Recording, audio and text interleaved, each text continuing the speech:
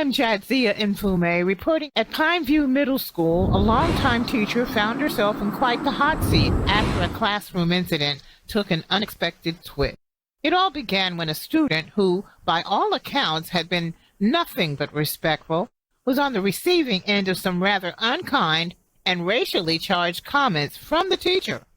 The teacher, perhaps assuming she had an ally in the school administration, let her guard down, not realizing that the student in question was, in fact, the child of none other than the school principal. Once the principal got wind of the situation, he decided to handle it with a measured approach. Without initially revealing his connection to the student, he invited the teacher for a conversation in his office to discuss the alleged behavior. It was only after the teacher attempted to justify her actions that the principal calmly revealed the student's identity. Realizing her grievous mistake and the principal's awareness of her behavior, the teacher was left feeling more than a little foolish. At the end, it was a stark reminder that prejudice and disrespect have no place in our schools.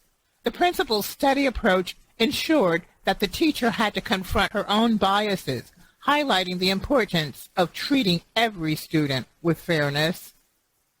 This is your news report, reminding you that sometimes the classroom teaches the teachers too. Thanks for watching.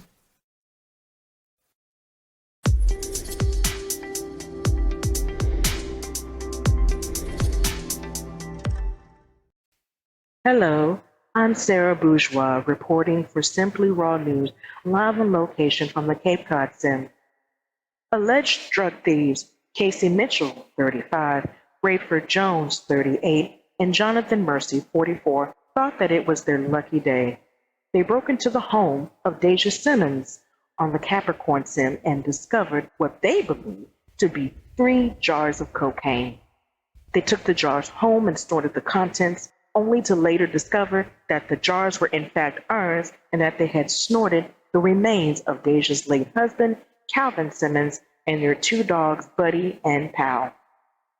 In other news, a man cut in front of 2 men waiting in line at the coffee shop to pay their bill. He threw a drink at the clerk and demanded all of the money from the cash register. Once the 2 men recovered from the initial surprise, they handcuffed the man. Apparently, in his rush, the man, later identified as Jackson Fleming, 29, did not notice the 2 men that he cut in front of were police officers in full uniform. I'm sure that will be one interesting ride to the station. Back to you all in the studio.